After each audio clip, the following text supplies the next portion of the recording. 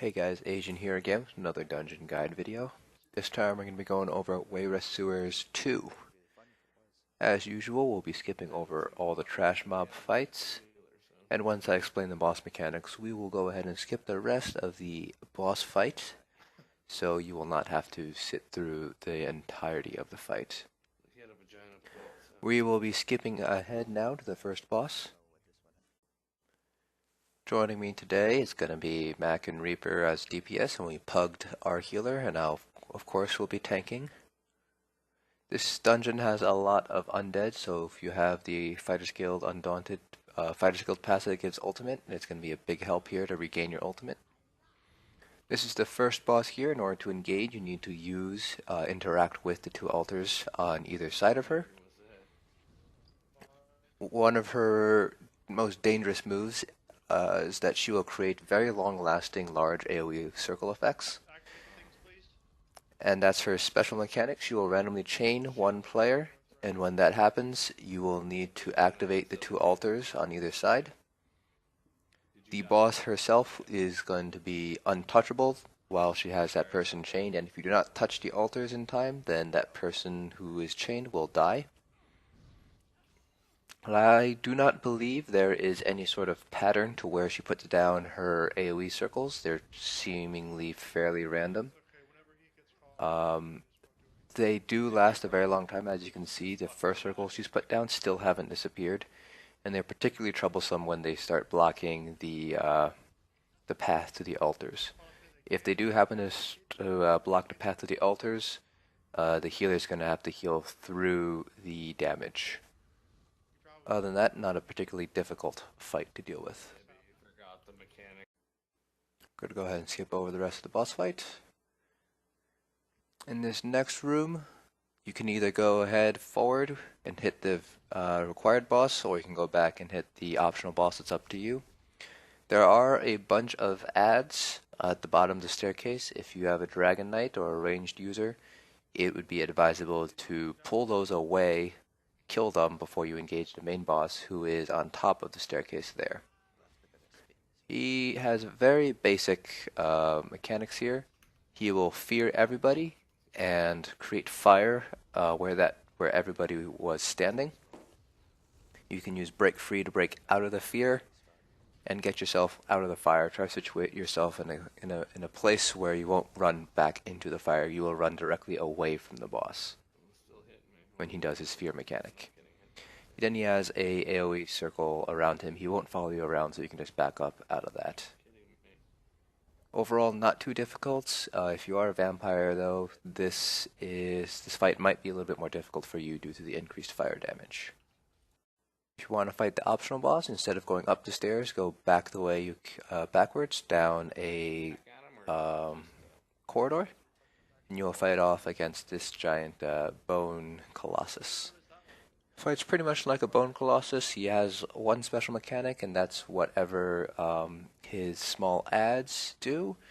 Not entirely sure what they do. It seems like they heal him very slowly, but whatever mechanic it is that they're doing, you can safely ignore him. You can just fight him as though he's just a regular bone colossus.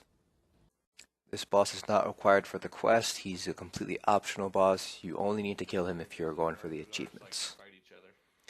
And this is the next boss. He is a Lich. He has several mechanics you're going to have to watch out for. One of them is right here. He will randomly shoot out magic balls and create AoE circles where they land. They're random, they don't target anybody, just watch your feet and be careful where they land. Next, you'll summon those Lich circles, which will create these wraiths. If you're a Dragon Knight tanking, it'd be useful to chain them all towards the boss so the DPS can AoE them down. They do have that special attack that will freeze you in place that can be pretty hard, easy to miss in this fight.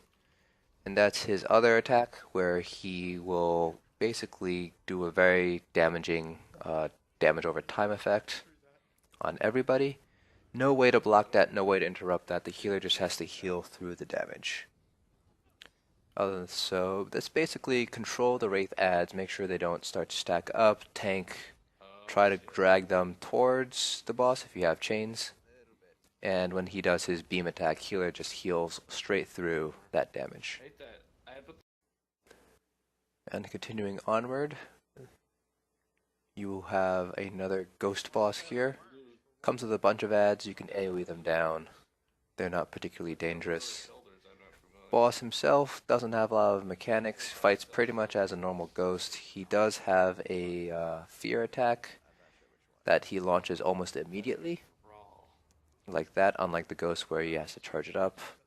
So if you do get hit by that, just use break free, get out of it. Pretty simple, straightforward fight. And once you finish this boss, you will go through a bunch of trash mob fights up until you get to the final boss. Nothing to worry about here. Use this time to get your ultimates back up for the final boss.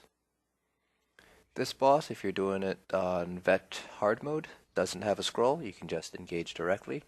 You'll fight against the Pellingare Siblings from Wayrest Sewers 1. Which one are we after? The brother, the one with the two-handed sword, uses the exact same mechanics as his boss fight from Wayrest Sewers 1. So he'll randomly target one person, do a giant conal AoE cleave attack, and then he has a large AoE attack centered on himself.